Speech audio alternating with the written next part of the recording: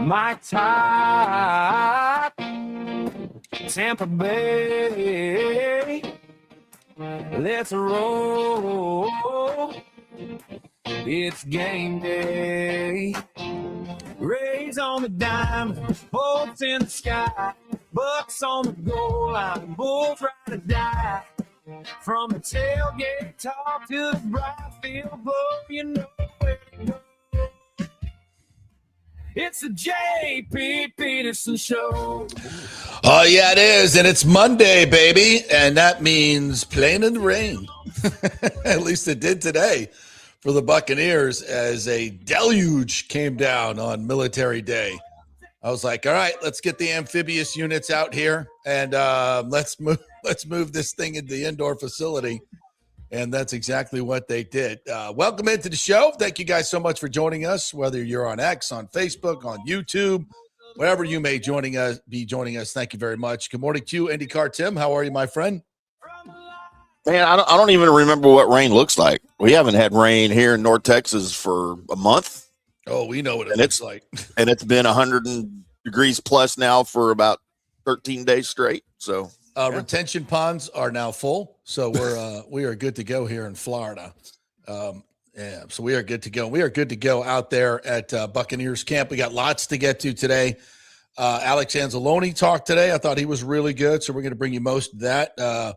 Ruben Bain and his 50 family members were there again today at camp. Man, so he was really entertaining. We'll bring that to you. Kate Otten also spoke after practice today. Three good interviews. We will be bringing you pieces of all of them in our first hour and our second hour as well. Orestes Destrade will be joining us at 12:30 to dig down on this Freddy Peralta trade, and hopefully by then we'll have something else to talk about. Because I believe, Timmy, the Rays are not done.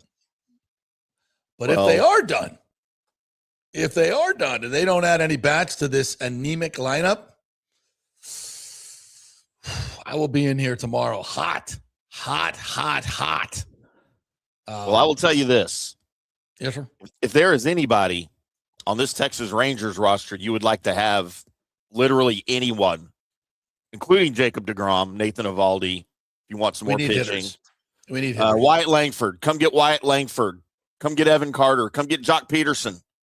I don't care. Peterson. We need to add a Peterson. Absolutely. Everybody is on the freaking available now after 5 straight losses.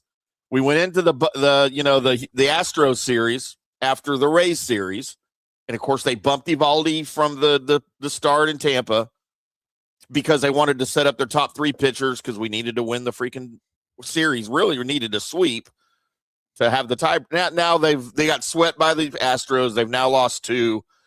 Tough weekend for Rangers fans, and now that just means that everybody's available now. So come get anybody you want on this roster, JP. Well, some of those hitters sound juicy. The good news is Luis Arias has gone to the Phillies. I didn't want him. We talked a lot about him. Big O was like, good hitter, but he doesn't have the power that we're looking for. We need power. We need power in this lineup because it has been to go 6-3 on the homestand. I think, Timmy, they only scored 14 runs. It was brutal, absolutely brutal. I mean, they won 2 games 1-0. This offense is stagnant, and this is regular season. Imagine getting to the postseason where the 3 starters you face are all going to be number 1 starters for the most part. By the time all these teams get done adding their pitching and get healthy, you're going to see 3 really good arms coming at you in your A-list bullpen. And the Rays can't score runs against, like normal guys. So that's not going to fly in the postseason. They've got to get a couple of big bats. Mm-hmm. Second base and catcher Liam Hicks from the Marlins is on the watch, but you don't believe, everybody had their eyes going to Tampa Bay, which I didn't think that was going to happen. I didn't think it was a good fit, but everybody had that. All of the baseball insiders who never have to actually answer for what happens after the deadline when they've been talking about it for a month that Arias was coming here. And it never seemed like a good fit to me anyway. So we shall see. So we'll talk a little bit about the Freddy Peralta pickup, which I think is a really good one. I'm very interested to see what Kyle Snyder can do with this guy, because since coming to the Mets, he's not that guy. He's not that guy. So, all right, we're going to get into all that. So we got the interviews coming your way. I'm going to give you highlights of what happened at Bucs camp today. There was some really good stuff out there we got to get to. And then we'll hit Rays hard with Big O. We'll come back with some more Bucs in the second hour. So stay tuned for all that. But I want to start with the Rays, and because I want to save the Bucs for just a little bit. So the weekend was what it was. Yesterday was kind of a weird game. You get off to a bad start with 2, maybe 3 bad plays in the first inning. Valade just absolutely butchers a routine ground ball at second base to get the leadoff guy on. And then Aranda lets one get by him by the bag. Kind of a tough play, but he probably should have made it.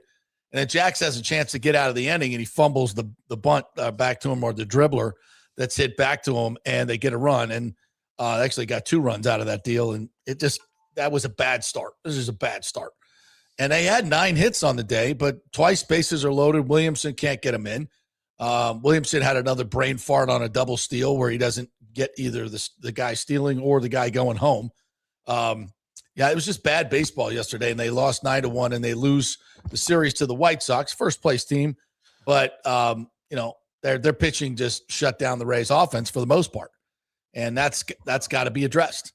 And just, we've said this for a couple weeks now, but I think it just bears repeating, Timmy.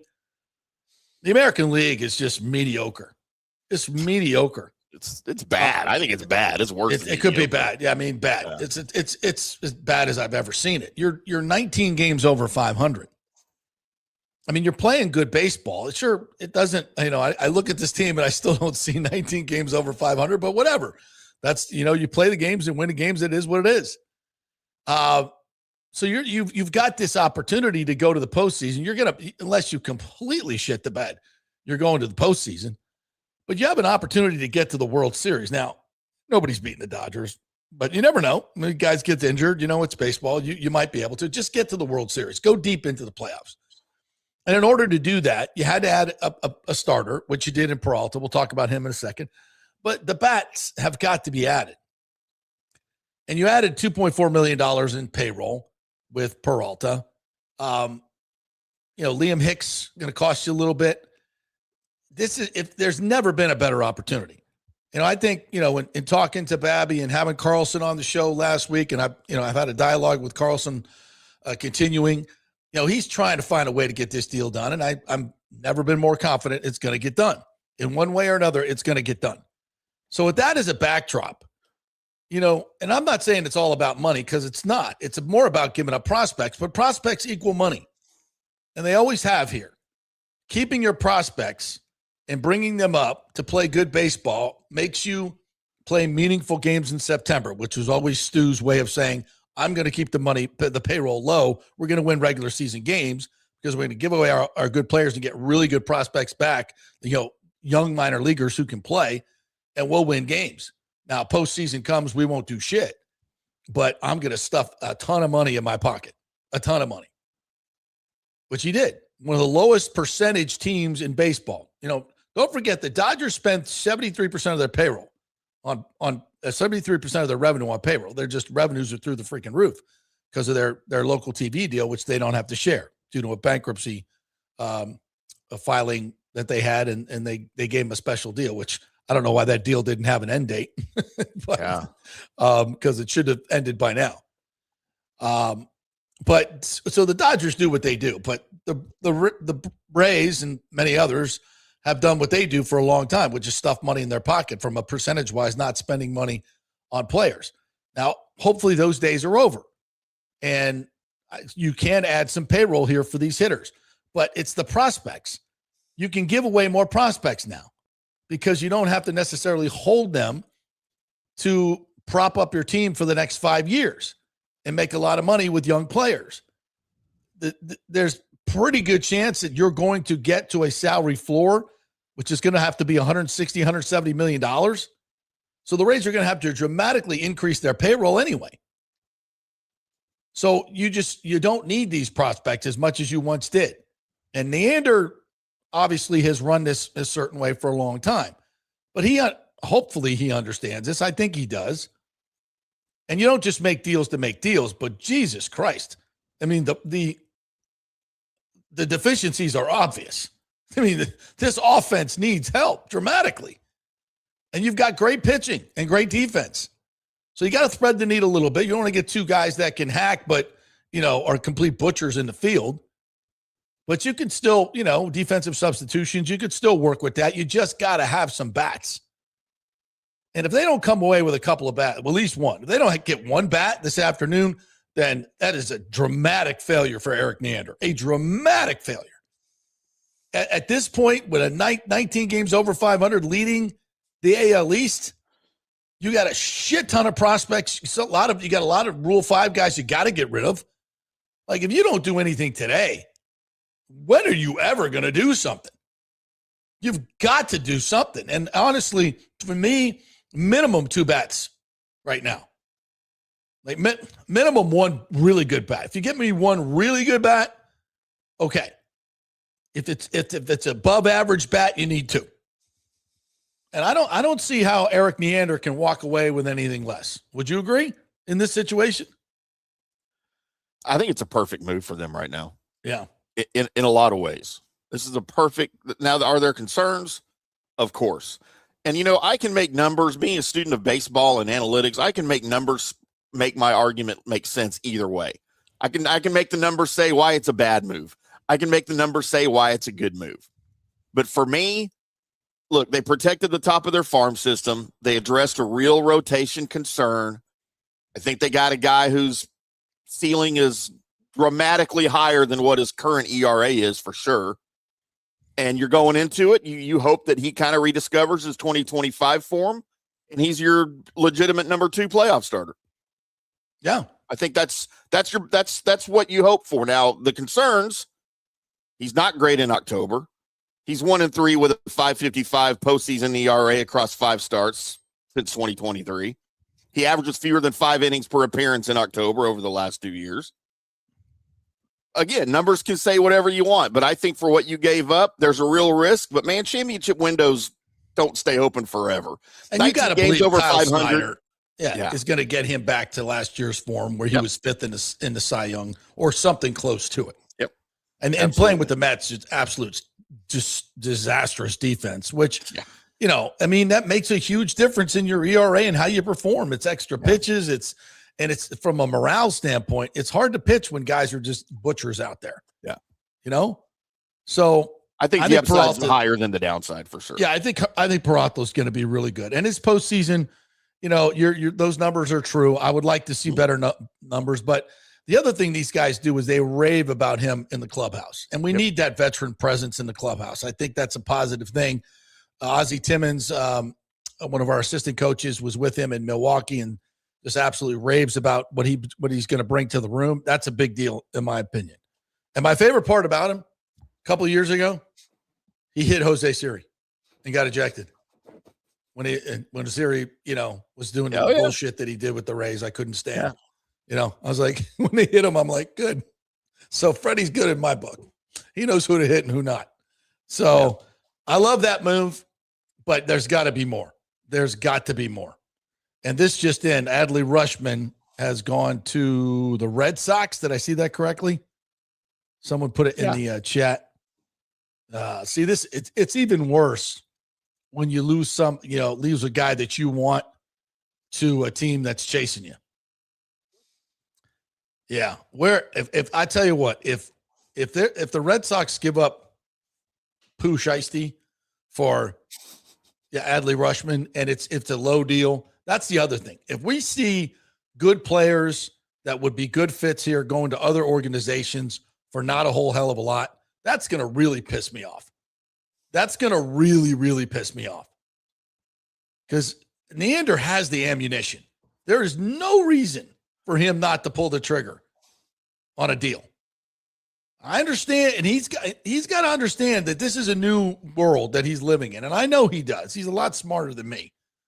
But it's, old habits die hard, he's going to be looking at that sheet, and he normally fleeces everybody. He's going to, A fair deal is a fair deal. And this is, and the situation absolutely 100% demands it. Demands it. Because if you don't, you're going to catch some shit here locally. You know, certainly from this desk. And, you know, I know this is Cake Media Central, Tampa Bay. But for whatever we have, whatever guns we have are going to be loaded and fired. And certainly mine. But I expect them to do something. But the more guys come off the block, the worse it gets. Yeah, and as Joe points out, Boston is on a hot roll. Yes, yeah, I might be more scared of the Bo Sox right now than the Yankees down in the long run here. Yeah. Joe says Neto's name has been up there. I'll take it. I'll take it. Pooh Shiesty, one of our Petermans, says Rushman makes the most sense. He's gone. Randy could work if he and Yandy can share a locker room. Well, that's a big question mark. That's a huge question mark. For those of you who don't know, they had a throwdown in the parking lot, and Yandy couldn't play for 2 weeks. And the Rays were never the same afterwards, by the way. Many years ago. Was that 23, I believe it was? Yeah. So we shall see what happens. We shall see what happens. So you guys are watching The Wire better than me. So if something pops, you and Timmy, let me know. All right, let's get to the Bucs today. And I tweeted out a bunch of stuff, so I can go back and look at my tweets just to remind me because my brain doesn't work very well. So, yeah, the first half hour practice was an absolute deluge. I mean, it was coming down. And Bowles decided to keep him out there, play in the rain a little bit, get a little work in the rain. So they did for the first half hour. And then it got to a point where you could, from one end of the field, you could hardly even see the indoor training facility at the other end. So he just took them in. So they went in there and finished practice, which is great. That's why you need an indoor practice facility in Florida. And there was some good stuff today. One of the guys I want to highlight because he's new and he could have a huge impact on this team is Josiah Trotter, a second-round pick inside linebacker. Dad was Jeremiah Trotter. What you love about this kid, so first day of pads, what you love about this kid, he's got the trigger. And I asked Anzalone about that, and you'll hear this in a second. And and that means when you see that little glimpse, when you're diagnosing a running play for a linebacker, when you see that seam, it's almost identical to what a running back does. You want to hit that seam as fast as you can. You want to pull the trigger. And he did that about 2 or 3 times today and got into the backfield and stopped plays before they even started. If you can add a linebacker like that, and you've got Anzalone, who's kind of the thumper, but is also pretty athletic, but you've got another guy that can run like that, it's kind of like Devin White at his best when we won the Super Bowl. That guy is a pain in your ass because he will blow up every running play. And he's damn good in coverage, too. You can see him. He's athletic. He gets out there. I was higher on his acquisition than I think you were. And have you changed your opinion a little bit after watching him in practice now? Yeah, I mean, we got to wait to see the games because that's truly the test of, what your instincts are. But the early returns are good. And I asked Bowles about him today, and he's like, yeah, that's evident. That's evident. We really like what we see in that department. So I think Trotter had a really, really good day. I always talk a lot about Baker because I love Baker. Baker ran a 2-minute drill today like it was nothing. And he made 2 throws, one to Godwin. That corner route that he's got with Godwin is fucking unstoppable. He is so good at making that throw before Godwin makes his final cut. It's kind of Godwin from the slot goes up, bends it in a little bit and then hits the outside. And as soon as he makes that outside cut, Baker's got it going. He knows exactly where Godwin's going, and it ends up going right between 3 defenders. And it's unstoppable when your timing is that good and the route is that good. And those two working together, chef's kiss. And then he did the same thing to Cam Johnson, who was getting some run on the outside. Another great throw on the other side. So they just went and did a couple of Kate Otten and Godwin other catches mixed in. Minute 3 on the clock, down 1. They go right down the field to get the winning field goal. Very, very well done. And I asked Kate Otten about that, about Baker and his 2-minute drill. And he said, in the new offense, he said, Baker has already mastered this offense. He said it's not easy. It's not easy. And that's something. And Baker just looks good. He looks good. He looks great. And over the weekend, there was, kind of fallout, the stuff we talked about last week, that the owners were not very happy. And that kind of made the rounds and on all the shows. And, like I said, it's a self-inflicted wound. If the Glazers are unhappy about what Baker said, did he go too far? It's debatable, but it's Baker, and I think the situation warranted it, in my opinion. I don't know what this guy has to do to get a long-term contract. When you look at all the comps, Purdy, Trevor Lawrence, Jalen Hurts, Love, you look at all the comps, he's in that category. They all get long-term deals, and you want to have to offer him 2 years. That is disrespectful. That's not a franchise quarterback offer. And if you didn't want him to talk about that way, then you should have done what every other team does in this league when they get a guy like him. And I would say I think Baker's done more and better than some of those guys. And also, you completely ignore what you say is so important to you, and that's what guys do in the community. The guys, it could not be any better, and he's your starting quarterback. Tom Brady did squadoosh in this community, and I get it. It's Brady. It's another level. I get it. But this guy, Baker, has done everything you could possibly ask as far as a franchise guy and a face of the franchise in the community. You say you put so much, that's so important that your guys get out and do that, and then you do this. So if the owners are and I'm sure they are pissed, and I love Brian and Joel. Those are the two I know the most. And, I think they've done a good job over the years, but the last year has been a tough one for them, I think. Very tough. And this decision with Baker makes no sense to me. Makes no sense to me. Well, it does on a very business-like level. I totally get that. Yeah, you want to let him play for his money. You don't want to give him any guaranteed insurance against industry. Sure, that's great for you. But the message that it sends to your team, the message that it sends to your quarterback matters. It matters. If you create an us against them mentality from an ownership and player standpoint. And while that might be good for Baker, it's not good for your culture. It's a 100% bad for your culture. And if that's the way you want to play it, you can do it. Yeah, we got the franchise tag. Sure you do. That's the way you want to play it. Don't think there's not going to be repercussions, because there are. Number one was that press conference. Whatever else happens within the room, that's not the culture I want to build. I want to reward guys for doing the right thing on and off the field. And when you got a guy who's the face of your franchise and he's doing both and you don't reward him, that's a really bad look. So if the owners are upset, I get it. But I'm also like, self-inflicted wound.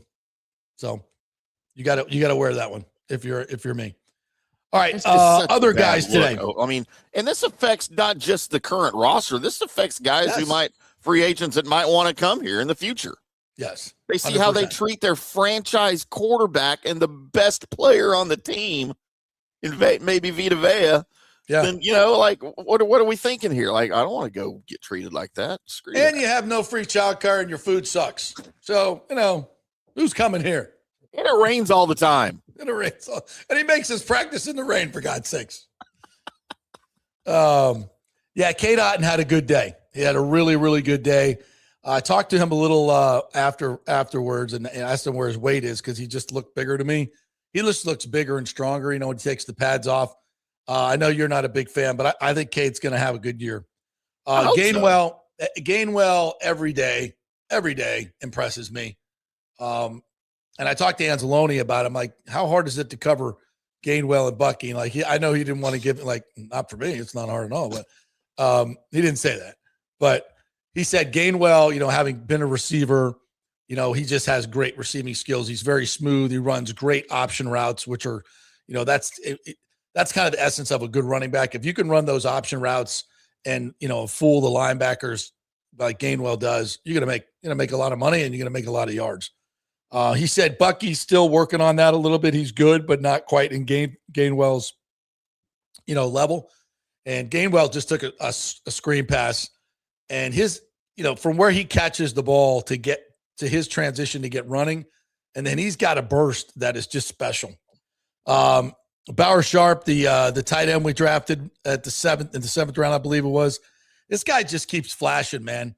He just runs great routes, and he's very athletic.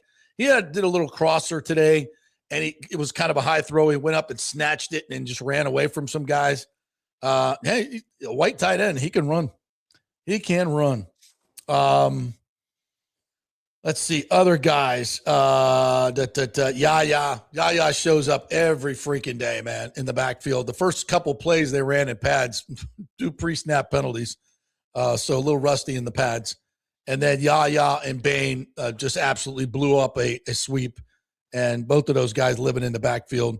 Bucky took a pass in the flat, and I look up and it's number 8, Voss, Servassier covering him.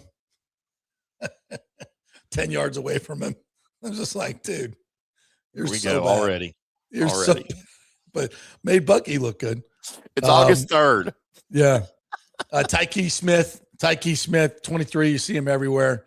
He's having a really, really good camp.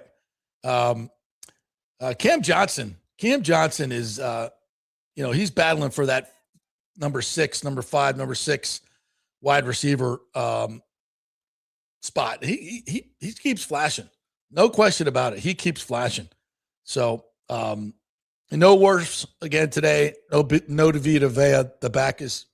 That back injury for Vita is just, he can't even make it out to practice now. That's too much.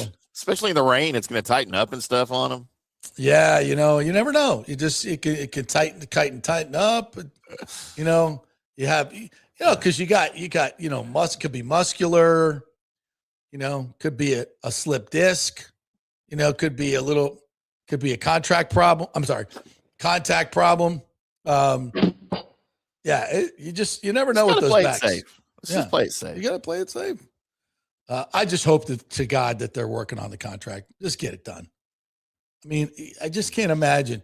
Then the difference between giving Baker a long-term deal and giving yourself a lot more flexibility in the salary cap, they can franchise him. It'll cost them, and it'll cost them flexibility in the salary cap, which keeps you from adding other players. The right way to do it is to pay him. Give him a 3-year, $170 million guaranteed contract. 4th year, 4-year, 170 guaranteed, 50 a year.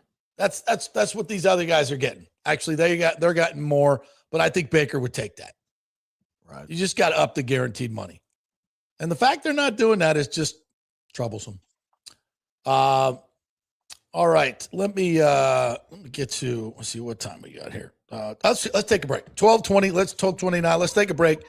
Big O's going to come back. We'll get to all the interviews in the second half of the show. We got some really good stuff for you. I want you to hear Anzalone, Cade, Bain was really good today. So we'll bring those to you in the second half of the show. But up next, this Rada to talk a little Rays baseball. We're brought to you by the great folks at Pitch Roofing. Pitch Roofing, great folks over there with, hurricane season kind of heating up a little bit. You never know what's going to happen. And if we get a bad one and you got a lot of roofs blown off, finding a roofer is going to be next to impossible. Finding a good roofer, forget about it. That's why you got to call them now before it happens. Get on their preferred client list, all right?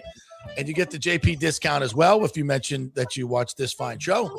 And great people over there. They stand behind their work. They do quality work. It's not some fly-by-night operation. These are good folks over there, and they do it right. Check out all their Google reviews. PitchRoofing.com. Back in 3.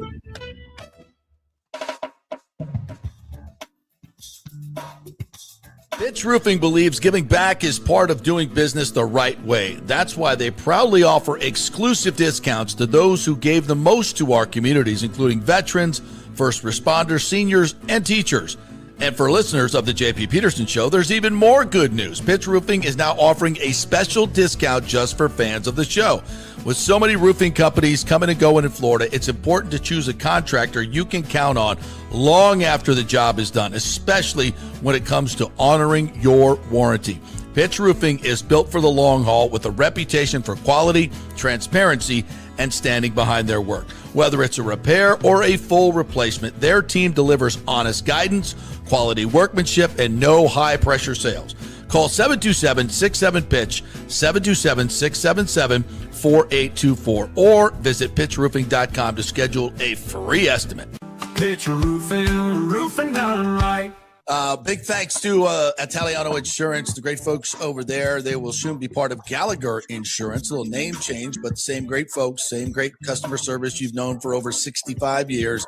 They do all the work. You save all the money. ItalianoInsurance.com at 813-877-7799. Hey, guys, you already know that Riveters is the best sports bar in all of Tampa Bay, but now it gets even better for Rays baseball season. During all Rays games, check this out, $6 Tito's, $6 Jack, $6 margaritas, all during Rays games. Are you kidding me? And that's always a great pour from the great bartenders at Riveters. Great service, great food, everything is fresh, nothing is frozen. And let me tell you, if you want baseball and wings, you will not find any better than Riveters. Their sauces, like the blue cheese and the ranch and everything, is handmade, and the wings are big and they're perfect. Wings, baseball, Rays, Riveters. It all comes together during baseball season. Once again, in addition to all the great food and service you get, $6 Tito's, $6 Jacks, $6 margaritas. It's time to celebrate. Baseball season is back, and celebrate at Riveters. You know where it is, right there on Dale Mabry, just north of 275, just south of the stadium. See you there at Riveters.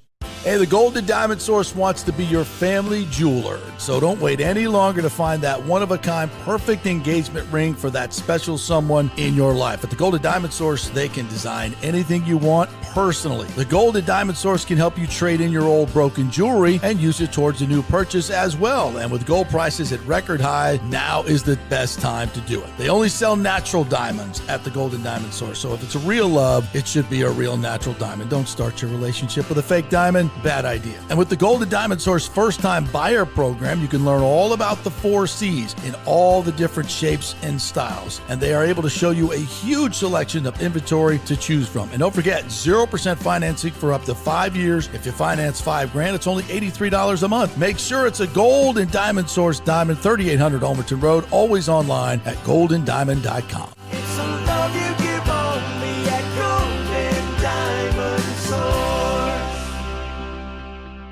Hey, JP here for Genesis of Tampa and the Murphy Auto Group. I think the best way to experience a business is to use that business. And I just did at Genesis of Tampa. Just bought a GV70, a 2023, and it feels and drives all new. It's an absolutely fantastic car. The technology, the comfort, and the price, absolutely outstanding. Frankly, I never thought I could get into a car like this, but they made me a deal I could not refuse. And I also get the VIP service where you can just drive right up, their pit stop service. They'll top off all the fluids, make sure your air in your tires is good, new wipers if you want them. If you need extended service, they will come to you, bring you a courtesy car, and then bring your car back. What more do you want? The experience was just VIP all the way. And you can get that at Genesis of Tampa. And don't forget, you can get extended warranty, which I did. So I have worry-free miles up to 100,000, and all they do is just take it in. Actually, I don't have to take it in. They come to me. It's perfect. It's Genesis of Tampa right there, 801 East Bears Avenue, right off of 275. Go see them and tell them JP sent you. Let's go. Right now, back to the show on FanStream Sports. Joe Adell's been traded, so he's gone. That's not good. He goes to Cleveland for Jacob Cozart, one of their catchers, back to the Angels. Okay. We're tracking every trade. Big O's on deck. Going to bring him here in just a second while I tell you about the great folks at Genesis of Tampa. Genesis of Tampa, part of the Murphy Auto Group. Great folks over there. Big O and I were just at a community event the other day for school supplies, bringing in school supplies for all the kids. So always doing stuff in the community, and they sell great cars at a great price. They're making deals at Genesis of Tampa. I did one, and they gave me $11,000 for my car that was worth about $8,000. So they're doing deals, and it's great cars that they're selling. The Genesis product is top notch for me in terms of luxury and value and performance. None better. Genesis of Tampa, 801 East Bears Avenue.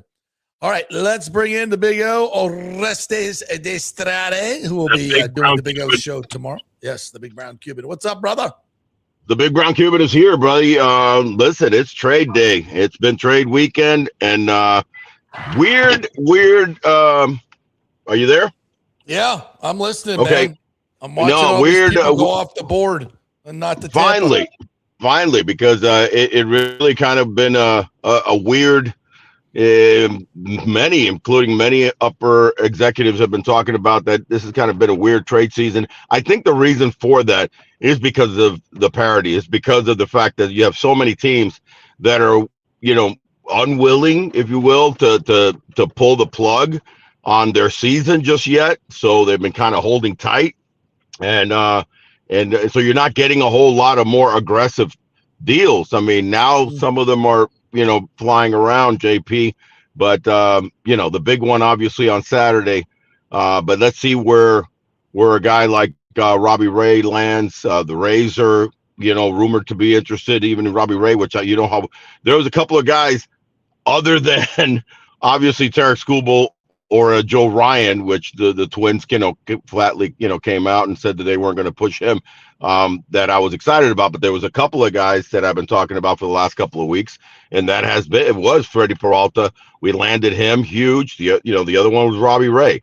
You can't emphasize enough quality starting pitching as you try to position yourself in the best scenario, which is winning the division, which is hopefully having the best record in your league. So then that you corral home field advantage, and home field advantage means a lot to the Rays because they've been the best team at home this year at our old lady, the Trop. Yes, this is true. But damn, bro, we need some hitting. Yeah, I would love to have Robbie Ray, but if we're going to give away prospects at some point, let's go get a second baseman and a catcher that can hit. Let's go.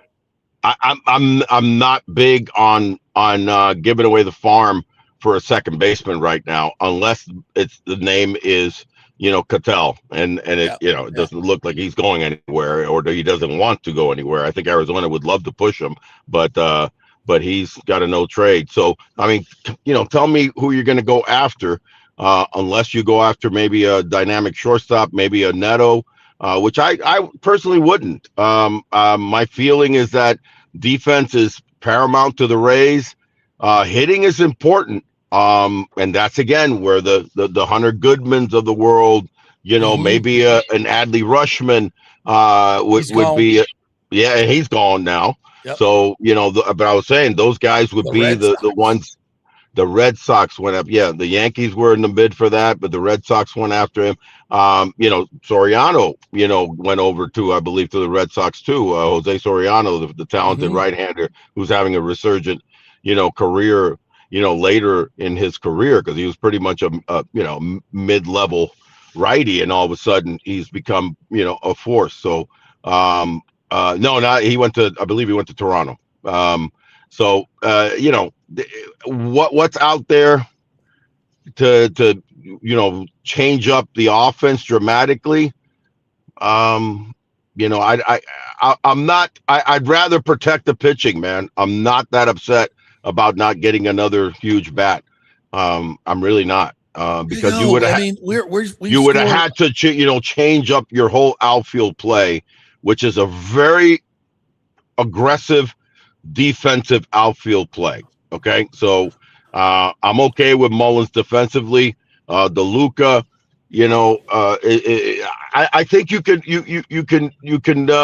do what you need to do to get to that 96, 97, 98 wins. Yeah, but that's regular season, man. Yeah, I know. Postseason comes around, this lineup has got squadoosh. They'll get around the big three, and then we got nothing. I mean, we scored 11 runs in 7 games at home. Yeah, I mean, thank God for all the shutouts. Where we have 3 shutouts in that home stand. I get you. We're not pushing to panic, buddy, because we're winning games. Correct. But 11 runs in 7 games ain't gonna get, and that's regular season. And I'm not saying we just had the aces galore that just came through here. I mean, they're good pitchers, but they're not great pitchers. 11 runs in 7 games. That should be a 5-alarm fire. And I just said this about Neander. Look, you're 19 games over 500. You can't protect all the prospects you have because you're going to have to go to 150, 160 million payroll anyway. You know, the days of holding on to these prospects because you got to have them to play and win you regular season games to keep the payroll low so your owner makes a shit ton of money. Those days are over. You have got to get rid of some of these prospects. And what better time than now? The American League is mediocre. You have the opportunity of a lifetime. You're getting your stadium deal. I mean, if not now, when?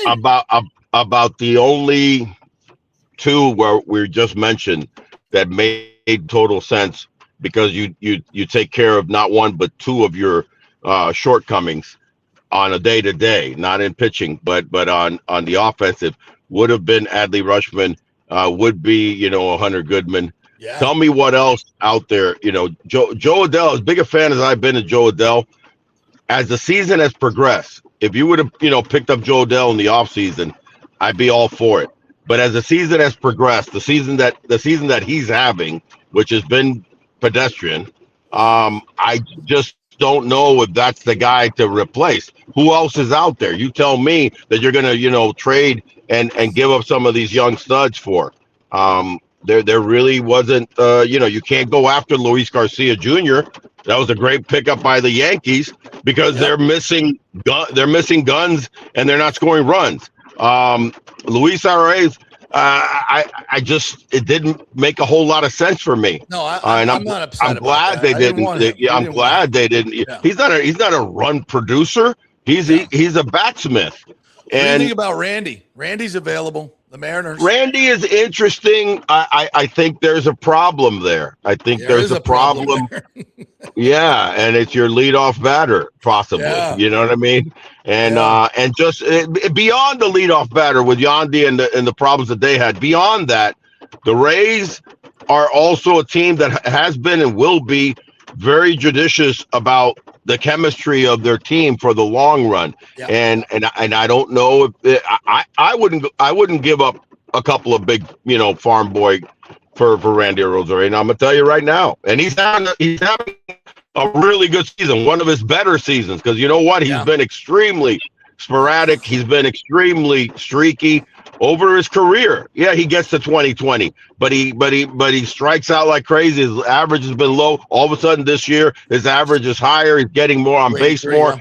Yep. He's been a more dynamic player. Do I see him possibly going? Yes. And there's a lot of rumor talks about him. Okay, but that's not the move for the Rays. So tell me what else is out there that you're going to go after. I'm telling you that the moves would have been this winter. I would have gone after Hearn. I would have gone after Joe Adell and just, have him from the beginning. In the middle of the season when you're 19 over 500, I get what you're saying, but you know what I'm saying? You get to the playoffs. No, I get it. I mean, I don't know who, but no, I'm not sitting here and with the privy to the knowledge that Eric. Is Jeffers still on the table here, you think? Ryan Jeffers? I think Minnesota said they're buyers. Yeah. Yeah, that's what I'm saying. If the Twins want to, they seem like they turned the corner and they're like, hey, we could possibly win this division. And they know that, that's a talented catcher. So I don't think so. Maybe you've got, less than 6 hours left for that deal. I would love that. I believe, Stevenson is still on. Has he been traded, Tyler? I don't think so. I don't think so. These are some guys that are available. Timmy has just made all the Rangers available. Goes Corey Seager. Yep. And all their pitchers. Corey Seager in that contract with a bad back. No, thank you. I think that unless they're going to eat it, unless they want to eat a bunch of it. Arosa Reyna, Taylor Ward from the Orioles is available. Say again, one more time. Taylor Ward from the Orioles. Taylor Ward, I would consider. Taylor Ward, I would so truly consider. Zach but Neto. Here's the catch with that one. He's in your same division. Yeah. Do the Orioles want to trade with the Rays that are kicking their ass right now in 2026? That's a tough trade. They're going to go after, the farm for that, literally. Well, they just traded Rushman to the Red Sox. Yeah, but the Red Sox aren't in first place. But well, they ain't far behind. So Taylor Ward's with the Mariners now. Taylor Ward went to the Mariners. Oh, he already traded? Okay. Yep. Sorry about that. That just happened. When did that happen? About 20 minutes ago. Just happened? Okay. Yeah. Okay. All right. Yeah. George Springer. That's an exciting player. That one I really, really like. I've always liked Ward. I remember when this offseason when we were talking about talented outfielders, and I said, man, if we can get either Taylor Ward or Joe Adele. You did. What did he go for? I'm looking. Can't find it. And by the way, they're right-handed bats, which we need right-handed power because we really, really only have, Junior and Yandy. You can't necessarily put them in, in a super power level. And well, you need power. And I agree with you because, Aranda, his power has kind of been depleted. He's still getting his base hits. All I need him to do is drive in a shitload more runs. But he went through a little swell there in July. But what else is there? So shore up catching, hopefully. I tell you what's still out there, brother. And that's, you mentioned it, Hunter Goodman. Hunter Goodman's still out there. That's going to be costly, but that's one that I would say, okay, this is a catcher for the future. Like right now. 3 years of control. He hasn't even hit arbitration yet. 3 years of control, 26. And by the way, if I'm not mistaken, like, you can mix him in. I'm not 100%, but, you could possibly put him at first every now and then. You can, he's not just, so the bottom line is that he's a serious power bat from the right side. Yeah. Now Neander could be stewing on this one because, the Colorado's asking for a shit ton. And everybody else, it looks like everybody else has made their moves. So it may, maybe Neander's waiting to, there's nobody left but him and Colorado. And maybe they're arguing over Theo Gillen and Grady Emerson, whatever. But I'll give him 3 top 15 prospects right now for Hunter Goodman. I don't see how you would not. And that's what Colorado needs. They need 3. We'll give you our top catching prospect in Llewellyn. Yeah, this isn't a rental. This is no. This is your catcher for the next 10 years with thump, right-handed. It checks so many boxes, bro. It checks a lot of boxes. That one, definitely it checks 2 boxes, which is you need a catcher and you need a hitter. So that one makes a whole lot of sense. Pull the trigger. Pull the trigger, Eric. Fire the gun. Let's go. I mean that one, that's where you use, the talent. I'm texting Babby right now to tell him. Can the Rays fire the cannons too? Are they allowed to fire the cannons too? Why not? They're allowed. I mean, they use the hockey, right? The hockey horn. So the horn, yeah. All right, the Rushman deal has not been confirmed yet. So no, not yet. That's what I'm seeing.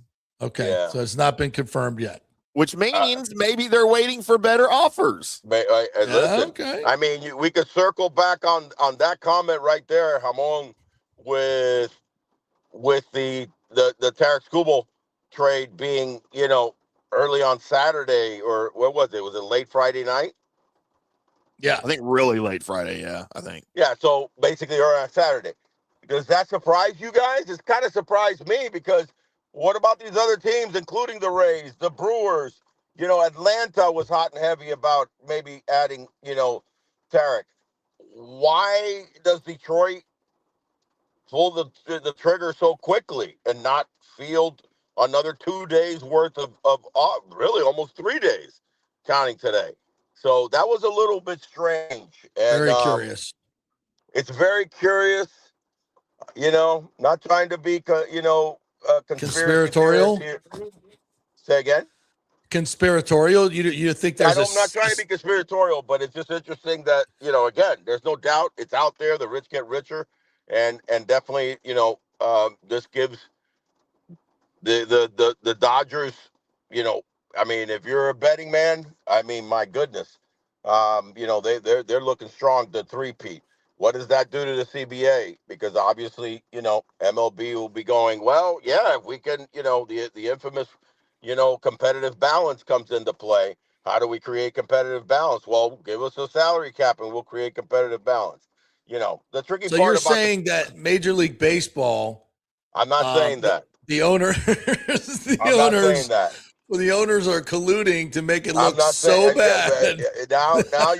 now you're putting words in the big brown Cuban's mouth. And I think you're spot on, big guy. That big brown now Cuban.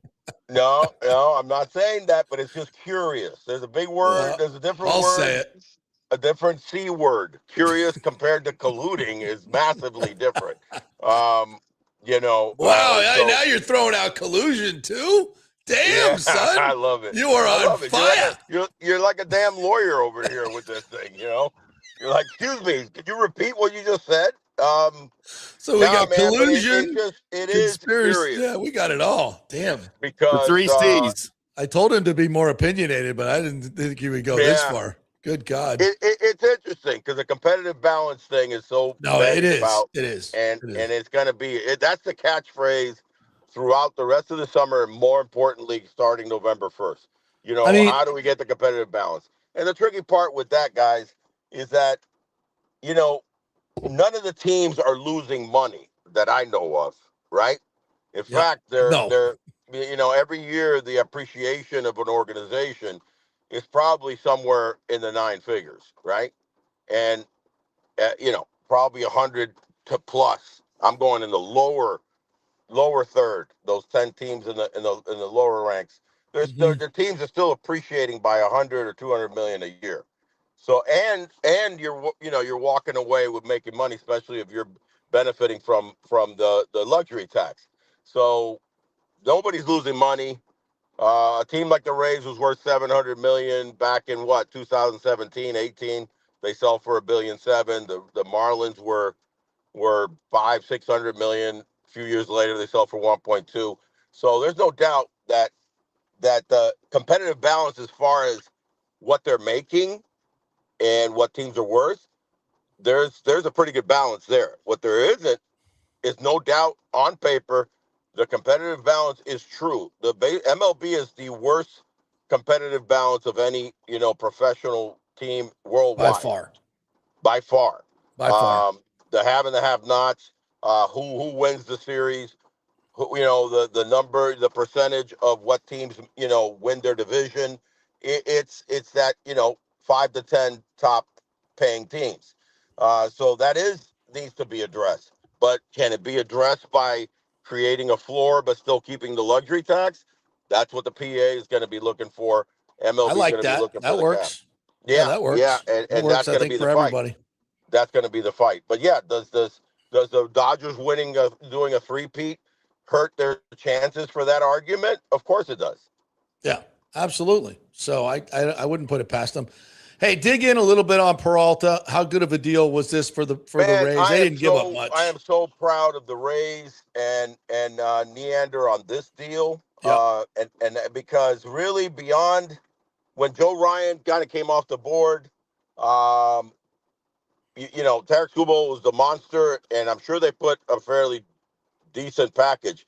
Uh, but I guess the Dodgers package was better, right?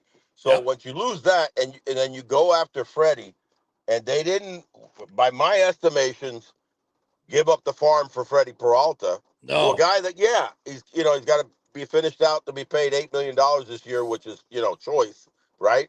Right. But he's going to be a free agent. What you got to realize with Freddie is not only is he a strikeout machine, but yeah, he left Milwaukee. He had had a great career there. Not so good in the playoffs, by the way, if you look at the No. numbers. No. Not super great in the playoffs. A good walk to strikeout ratio, a good batting average against the playoffs, but he gave up a few runs, gave up a few home runs, and cost him some games. But I'll take my chances with him as far as getting Kyle Snyder and Knack, the assistant pitching coach, into his fold, because we've already seen year after year what he can do. And you got to remember that Freddie Peralta left Milwaukee, went to a Mets team that had just redone their pitching coaching staff. So not only was he going to a new team, but he was going to, a new coaching staff that was trying to figure themselves out, over there. Yep. So they Yep. kept Mendoza, but they revamped some of their coaches, right? Remember that? So Yep. that ended up. I think that was a problem, because listen, as talented as these guys are in the major leagues, I know as a hitter as I was, you still need coaching, you still need advice, you still need top tier representation that keeps you in the right slot in the right place. I think he's going to get that immediately. And what does that mean? If you end up turning Freddy Peralta around, this is an ace. So you end up having, ace number one in Rasmussen and then ace 1B in Peralta.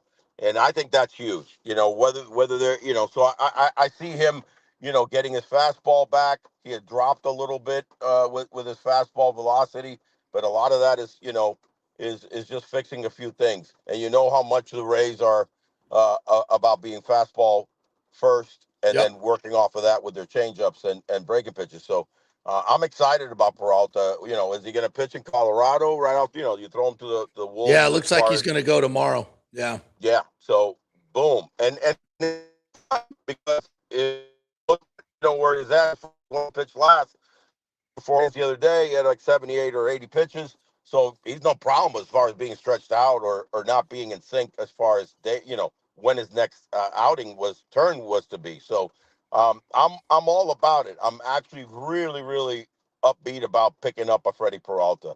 You can go after Robbie Ray and you can get that. I'm all about that one too. I'm going to be honest with you. Listen, you go to a World Series against the Dodgers, you got to match up. Yeah. Because I just think if you got to choose between a bat and an arm, we got enough arm. We never have enough arms. I agree with you. But well, let's win 4-3 games. And I told you from day one that this team is going to live and die in the end. In the end, the majority of their games, and even in the playoffs, they're going to be win or lose. Either, well, let me rephrase that. They're going to win mostly close games. They could get blown out if a key starter just is off in the playoffs, and then we can't catch up in a 6-2 game, right? But if their starters are on point, their relievers are on point. Oh, by the way, I wouldn't mind seeing a trade deadline to pick up a quality reliever somewhere in there. But because that's, for me, you got to have three hammers at your starters, true hammers. You got to have three, true trio of hitters, and you got to have three quality relievers. And they definitely have two, right? It'd be nice to add that one secure spot. You know what I want to see tonight? As Jimmy J. Voyager said, the Rays are playing in Colorado tonight. Get Goodman. He can just literally walk across the hall to our locker room and start a catcher. Yeah. Starting at catcher for your Tampa Bay Rays, Hunter Not that it hasn't Goodman. happened before. Yeah. It happened. It happened. Who was it? Dude, can you imagine? I think was it Robbie Thompson who in a doubleheader he switched uniforms? No, it happened this year. Didn't it happen with the Rays? In a doubleheader? I remember that. Yeah. No, last year I think it happened with the Rays. Last year I think it did. Yeah, last year. Yeah. Yeah, listen. I mean, how cool is that we're playing in Colorado tonight?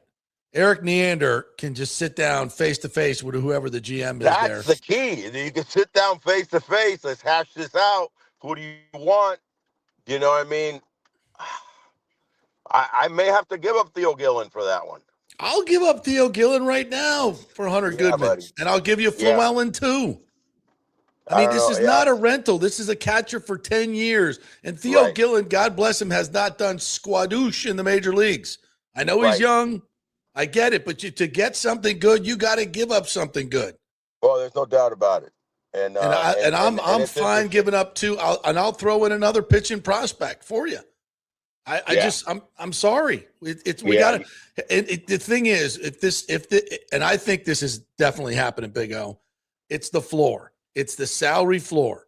The floor is happening. Yeah. There's no doubt. The floor is happening, and so when that does, you got to have players that you can pay, and they're worth it. Goodman fits that. He's still got 3 years of arbitration with him, But the key is you're going to have to, go pay pitchers. Yes. And what does that do? That takes away slots for prospects to come up and play. Well, listen, So have Freddy Peralta. We don't need this many prospects. Have Freddy Peralta deal in August, September, and October. Yep. And he's a free agent, and he loves it here. And the Rays You re-sign win, him. and you re-sign him for that big boy contract, and then that's affecting your floor. Yeah. So they may be thinking that way. With an eye towards the future, I give up my best prospects for a catcher who's going to be here for 10 years and hit with power and is above average defensively. Yes, sir. Yeah. And I keep Fortes too. I'm with you on that, and the fact that they're in Colorado makes a lot of sense to go face to face with their guy over there. That's an interesting take. It really because is. there's one team that has been rumored to be in on a lot of people, and that's the Rays with the best farm system, second, third best farm system in the game, and they have yet to really give up any great prospects because Peralta, Aiden Smith was number 15. Yeah, Petrie and Gil Hall were late 20s, early 30s. Yeah, like 27 or something like that. Yeah.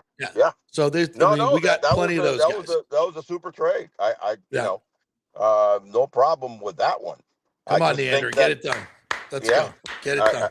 That would be, that would be saying a whole heck of a lot to where you're really going, not only for this season, but for the future endeavor, because there's no doubt that it's not guaranteed you're going to keep Freddy Peralta. His agent's going to want to chomp at the bit and go after the best, the Yankees or whomever wants to go, especially if he deals. If he deals, he's going to be frontlining.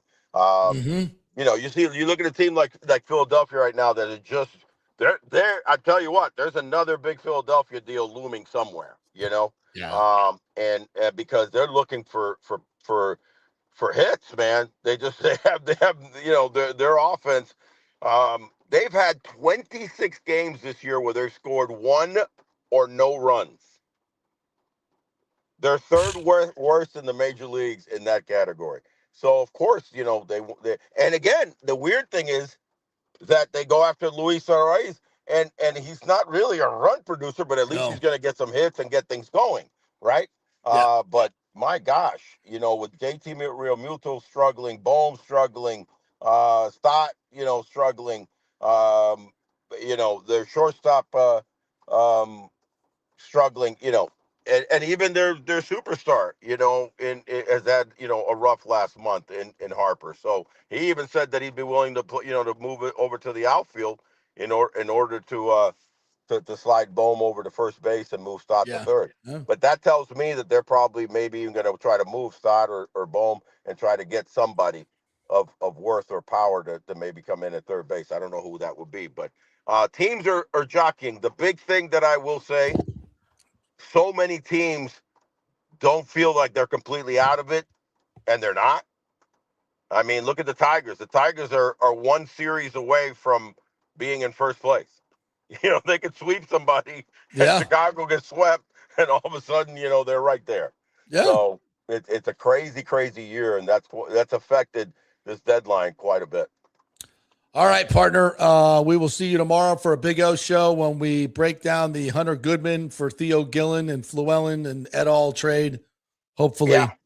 And he hits his first home I'd like run. to see in Colorado, by the way, you know what I'd like to see? Take advantage of the, mile high, and let's see if with some big flies can some start, bombs. Let's see if we can get some bombs. We had them on the road trip, and we had them a couple of weeks ago that they were hitting home runs in bunches, and it wasn't all the tremendous trio. So let's see if the bats can get going again and take advantage of that that situation over there with the light air and hit some jacks and help this pitching staff that has just been pitching lights out. Hunter Goodman hits a walk-off home run tonight. Well, I guess he can't hit a walk-off if he's playing for the Rays. No, he can hit a walk-off, and then they announce the trade. He walks off, he high-fives the Rockies, and walks right over to the Rays. That's fine, too. That's fine. He can hit game winner for the Rays tonight. He could hit that, so we'll see. All right, partner, we'll see you tomorrow. All right, Thanks, buddy. All right, guys. All right, we'll take a quick break. When we come back, I got Alex Anzalone, I got Ruben Bain, I got Kate Otten, and I got Todd Bowles. But you're not going to hear any Todd Bowles because it's boring. So Shocking.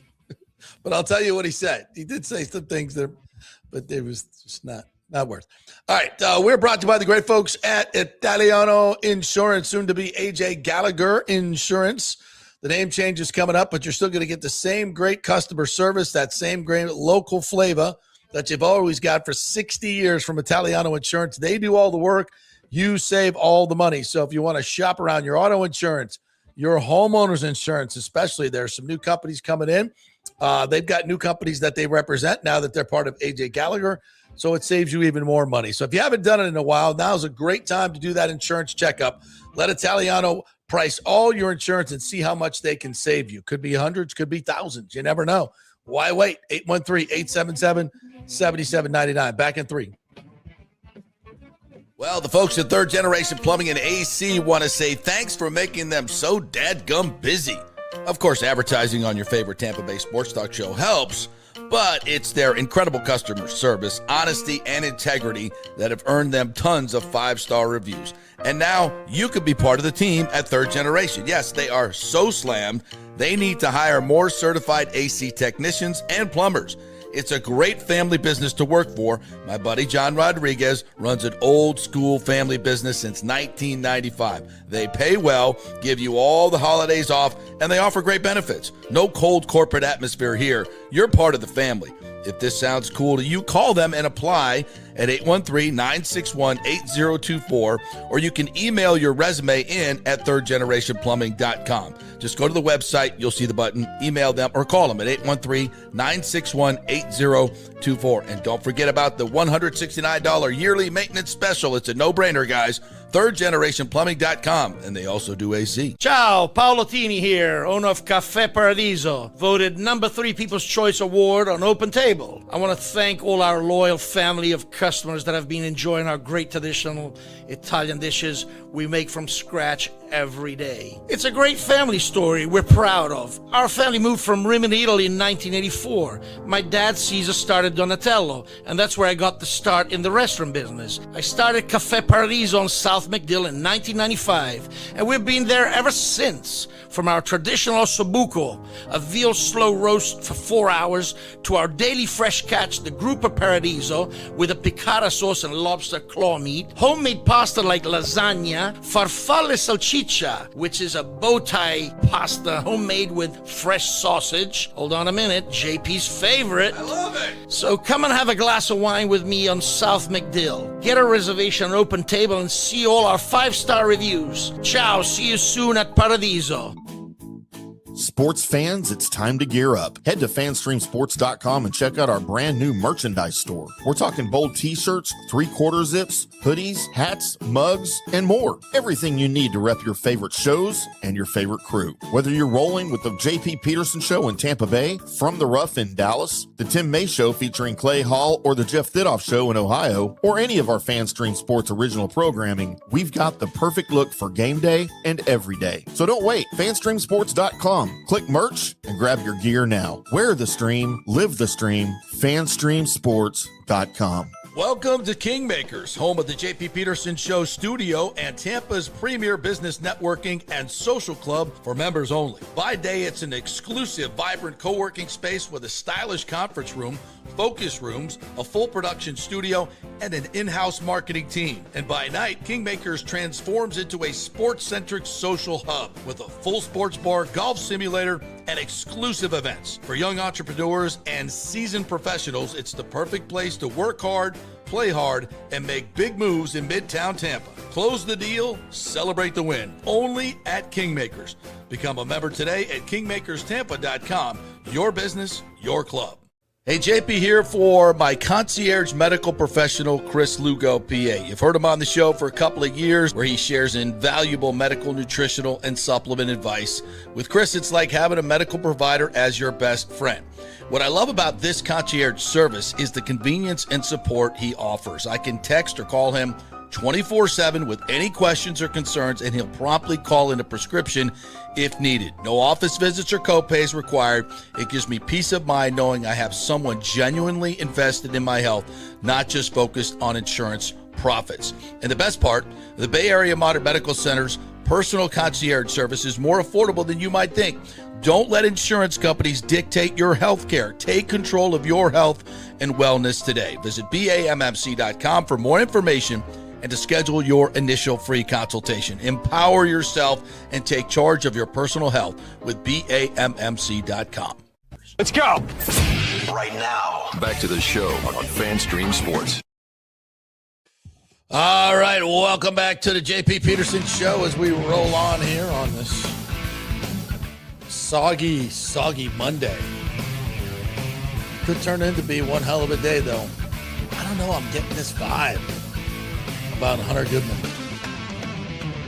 I'm getting this vibe like Neander's in Colorado, he's in Denver, and he's like face-to-face with their GM, whoever that guy is. They're playing a high-stakes game of poker, and they got the cards on the table. Like they got, Theo Gillen card and Llewellyn card and Michael Forett card. I mean, he's like, am I going all in? Am I going all in? You might be. I would. I don't care what it costs. Just do it. At least you're getting something back for a long, long time. This is where my idea of the real trade tracker. How cool would this be? Where we could actually on a app or something, every time a trade is offered, like every time Neander says, "All right, I'll give you this, this, and this, and this, and this, and this for Hunter Goodman," and then we get to see, oh, dude, he's gonna offer up all that, or dude, that's it, or how do they not? If that's what he wants. Like all the negotiations are public. How cool would that be? I know it would never happen. You couldn't do it, but how cool would that be? You could make a movie like that. Like somehow you find out exactly what, at least to know what Neander was offered or what Colorado was asking for. I have to know. Because then you can actually make some real, analysis of what's going on. All right, let's go to you guys, and then we'll get to some of the Bucs interviews.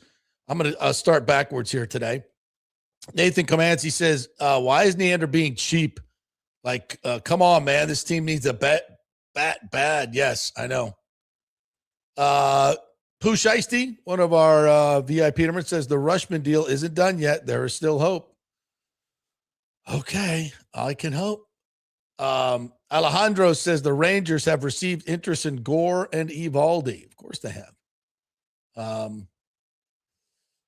Chris Cole says it happened this year when the Cubs traded for Peterson from the Mets while in New York. Yeah, that's right. Right. Yeah. Just walk across the hallway. All right. Sometimes when I go backwards, though, I miss all the context. So and I have to go back forward. All right.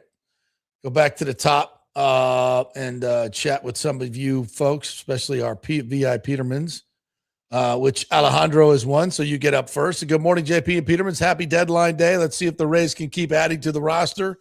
Should be interesting. Freddy Peralta to the Rays is perfect. Then we have a good 1 through 4. Yep. And I think he's going to pitch tomorrow.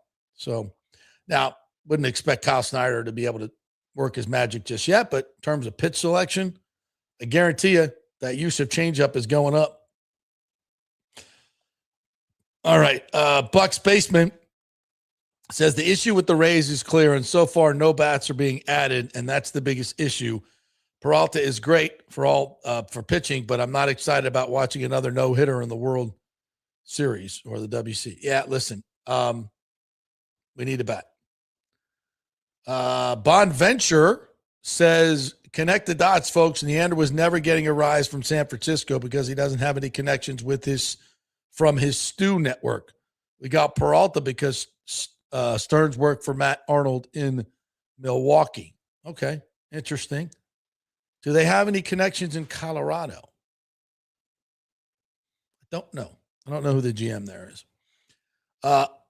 Alejandro says, Freddy Peralta to the Rays is perfect. We can fix him, and we have the best 1 through 4 rotation. If Peralta is good with us, I would give him an 8-year, $200 million contract. Easy now, bro. We don't do those deals. Give him 4 years. He was only playing on what, $8 million contract this year? Weird. Alejandro continues, said, let's go get another starter and another bat to beef up this lineup and roster because we need another starter. Go get Robbie Ray and have another lefty in the rotation to back up Shane with two lefties. See, I'm kind of already looking towards the playoffs, you know? And I think if I had to make a choice between another arm and a bat, I'd go a bat. Because right now we would line up Rasmussen.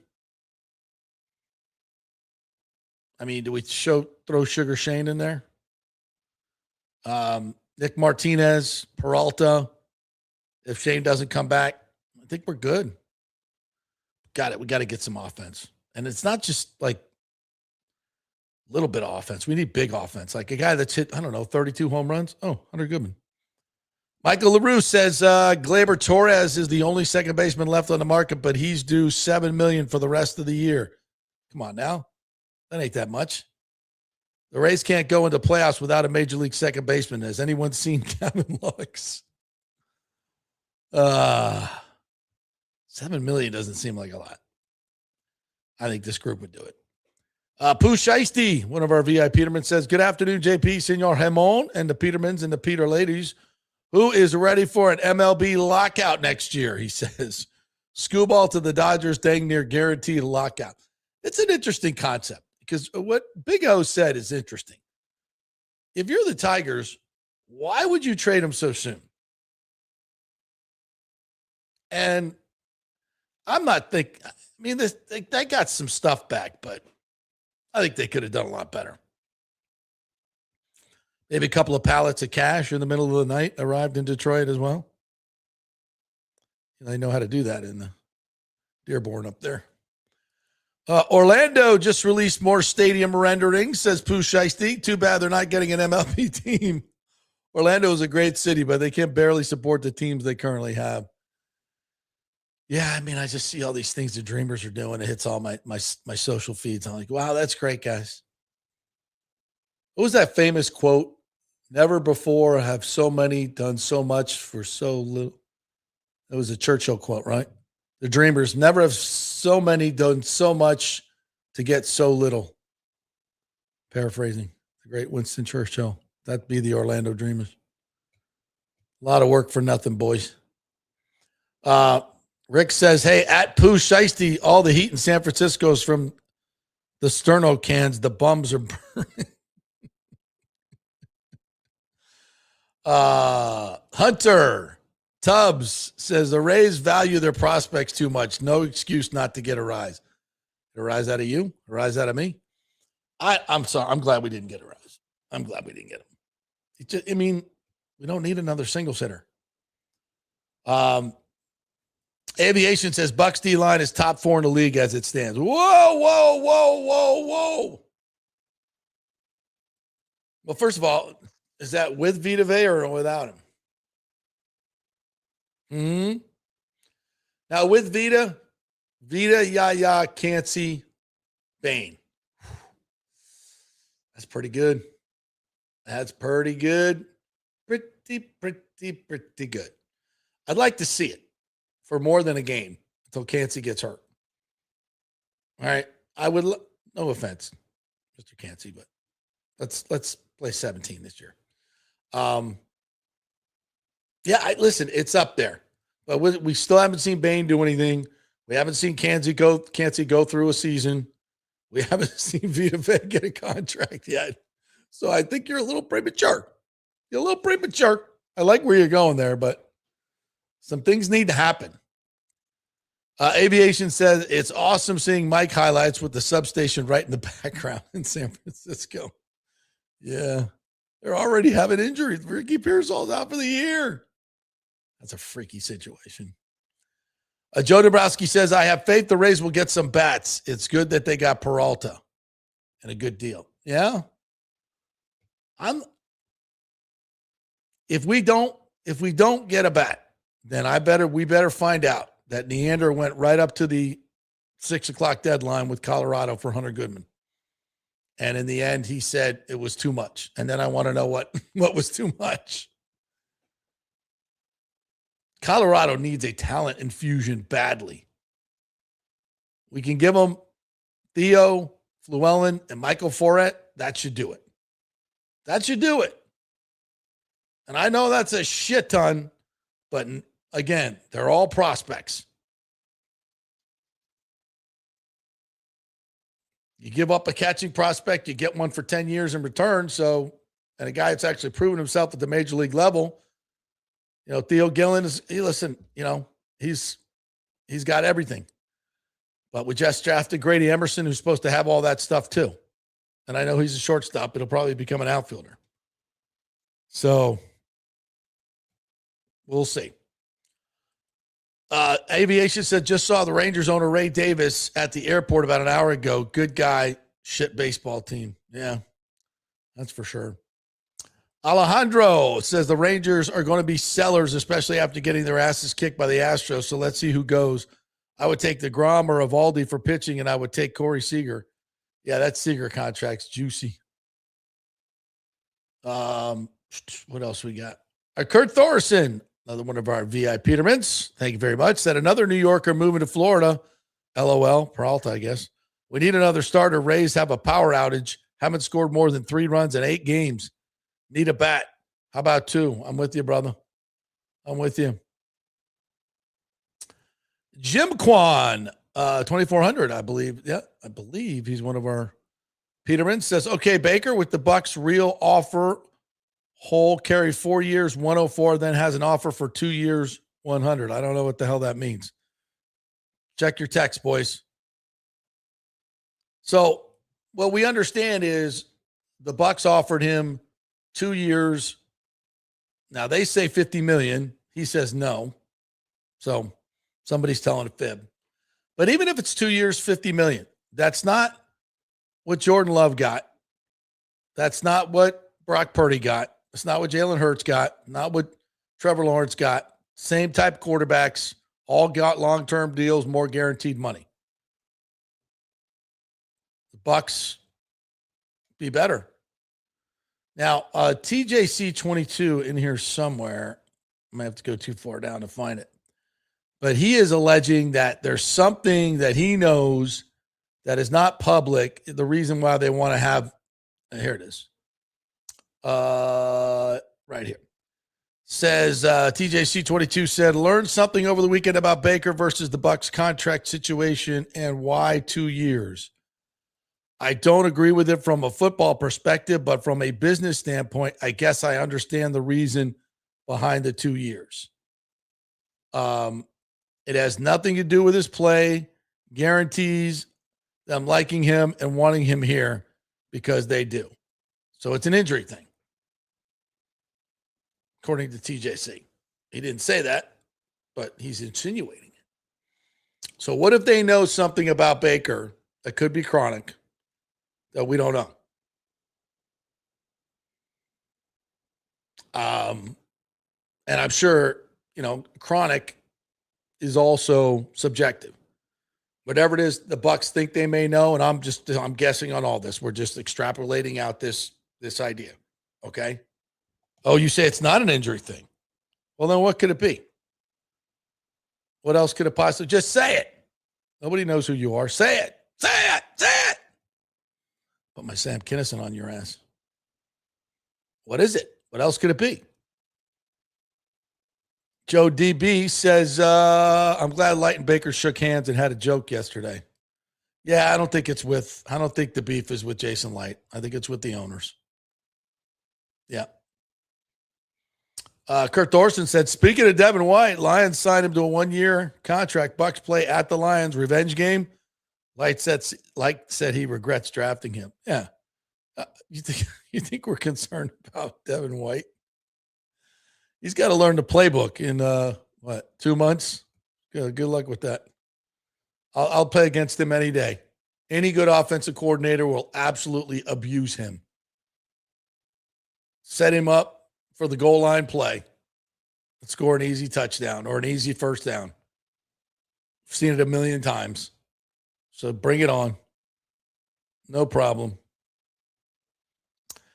Kurt Thorson says, how about attendance at the Rays games? Friday, 20,000. Saturday, 23-3. That was Faith Night, I believe. Sunday, 23-5. 2 straight weekends above 20K. No concert, no New York, Boston, just Rays baseball. Good marketing, competent ownership. Boom. I said, I don't know how many times I said this, but I said when this new ownership group comes in, you watch what happens to attendance. Number one, Stu never marketed the team because he didn't want people showing up. He wanted to cry poor and get all his revenue sharing money. That's guaranteed money.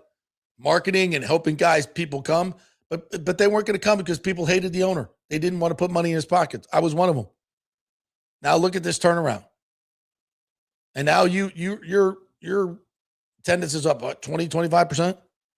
Now you're going to bring them to the middle of the market where you're going to have a beautiful entertainment village around it and a state-of-the-art, iconic, aspirational stadium that people want to go to. Future's bright, especially with Hunter Goodman behind the plate. Do it, Neander! Pull the trigger! Stop dicking around. St. P. Pat said it does take 2 to tango when it comes to a deal. That's right. I just can't see. I mean, I guess Colorado could ask for more, but that should get the deal done. Joseph Abreu says, got to grab Glaber and an outfielder. I'll take that. Hell yeah.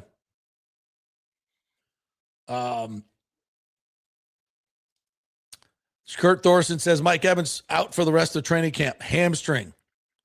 Availability for week 1 is uncertain. Are you joking? Are you joking? What in the name of an electrical substation are you talking about? I'll have to double check that, but I don't doubt your veracity, Mr. Thorson. All right, Rick is in this morning or this afternoon, says a little disturbing that Yaya and Bain were both covering wide receivers this past weekend. Todd will never learn. Yeah. I haven't seen a lot of that, though. I haven't seen a lot of guys dropping in coverage. I mean, I'm just, maybe it has. I wasn't there Sunday, so there you go. Chris Cole says that Walker and Bain Jr. were dominant today.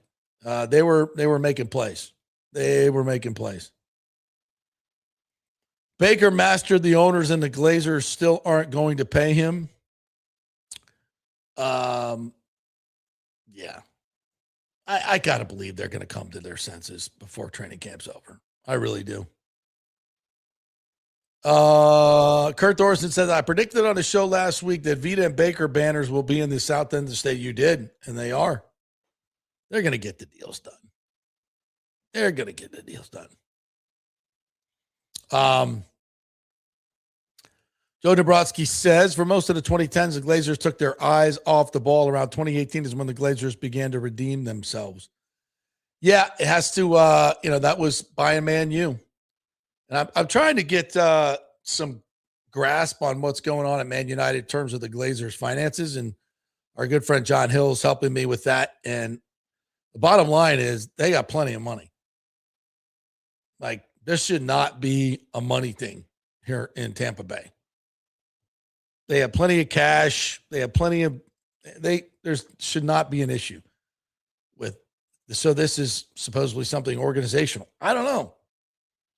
I think it's bad. What else we got here? A couple more. Bucs Basement said, right now I don't give a shit about the owners because they decided to keep Bowles. So since then, it's been a dumpster fire off season and dissolve the negative atmosphere. Yeah, again, that was another decision they made that was very unpopular among the fans and analysts.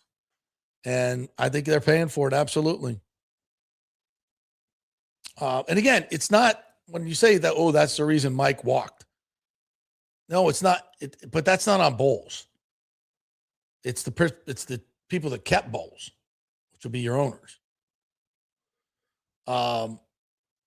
Nathan Stout said, I would trade the farm for C.J. Abrams, put him at shortstop and move him to second. Muslim Adam Sandler says his real name is Eric Neanderthal asleep at the wheel. Right now, I know he's busy. Goodman had been moved. We're still, I don't know. We'll see. All right, what else we got here? Ryan is new in here. Said Adele going to Cleveland, Stu 2.0 sitting on their thumbs. God, I hope you're wrong. I hope you're wrong. Bucs Basement says, JP, correct me if I'm wrong. You're wrong. But the Glazers have gone on record saying they're terrified of the dark days. So do they now realize they're orchestrating those exact dark days they're scared of? Yeah. I mean, when you have a franchise quarterback, you sign him.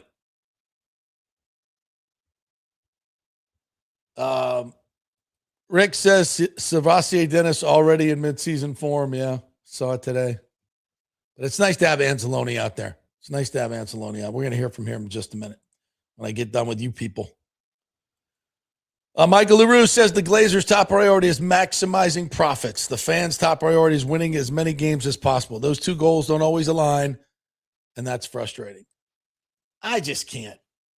I don't know. I choose not to believe that. But their actions speak louder than words. So I always follow the money. So I should probably be doing that here. And I am. You know, I've come to the point that this is what it is. But it's not because they don't have the money. It's just because they want to. It's just the way they want to run it. And that's worse. Nathan Stout says rumored 2-year deal offered Baker was basically 2 back-to-back franchise tags, 27 tag and 28 tag. Average annual $52 million. You don't sign your most expensive position to a 2-year deal. Cap killer. Yeah, I don't get it. You can if you pay him, if you give him a 5-year deal like all these other quarterback deals, like 160 to 180 guaranteed, you get the deal done, I'm pretty certain. And you give yourself so much more flexibility than if you want to keep franchising. I mean, and nobody knows that more than Mike Greenberg. So it's just weird. And if there is some reason, some mysterious reason, leak it. Leak it, Glazers. And then we can make a better judgment. I'll try to find out as best I can, but I don't know what's there. All right, we'll take another break. We'll come back on the other side and get to all those interviews. We got some good ones for you today, so I want you to hang in there.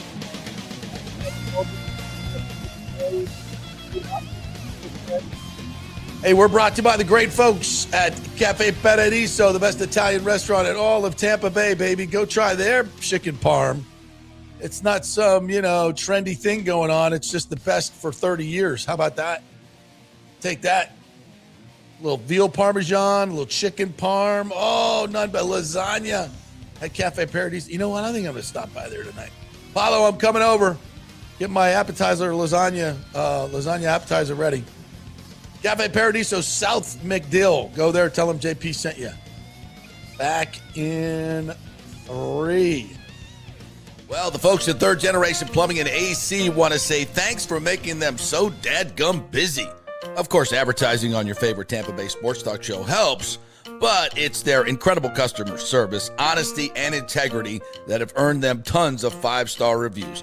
And now you could be part of the team at Third Generation. Yes, they are so slammed, they need to hire more certified AC technicians and plumbers. It's a great family business to work for. My buddy John Rodriguez runs an old school family business since 1995. They pay well, give you all the holidays off, and they offer great benefits. No cold corporate atmosphere here. You're part of the family. If this sounds cool to you, call them and apply at 813-961-8024, or you can email your resume in at thirdgenerationplumbing.com. Just go to the website, you'll see the button, email them, or call them at 813-961-8024. And don't forget about the $169 yearly maintenance special. It's a no-brainer, guys.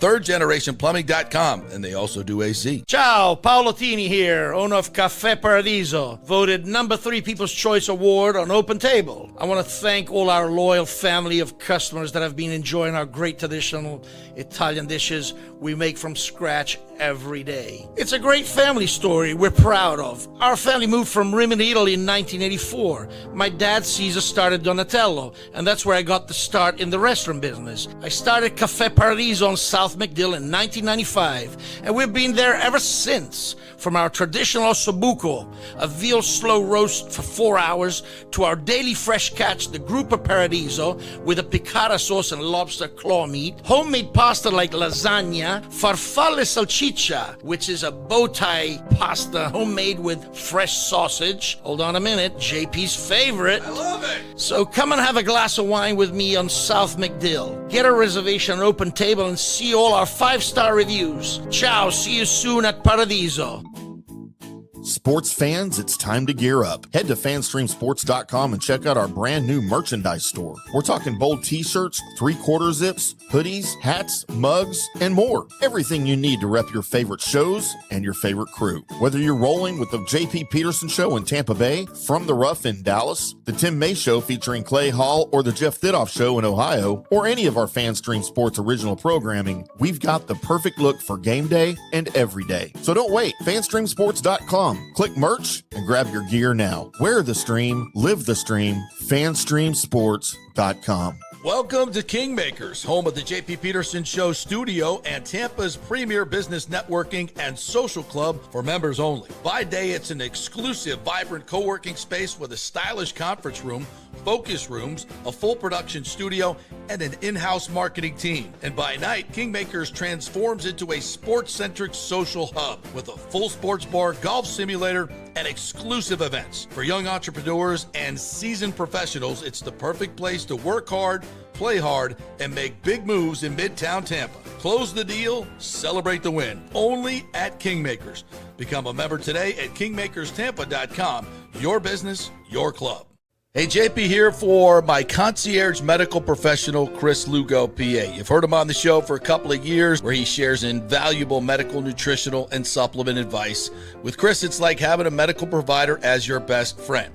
What I love about this concierge service is the convenience and support he offers. I can text or call him 24/7 with any questions or concerns, and he'll promptly call in a prescription if needed. No office visits or copays required. It gives me peace of mind knowing I have someone genuinely invested in my health, not just focused on insurance profits. And the best part, the Bay Area Modern Medical Center's personal concierge service is more affordable than you might think. Don't let insurance companies dictate your health care. Take control of your health and wellness today. Visit BAMMC.com for more information and to schedule your initial free consultation. Empower yourself and take charge of your personal health with BAMMC.com. Let's go.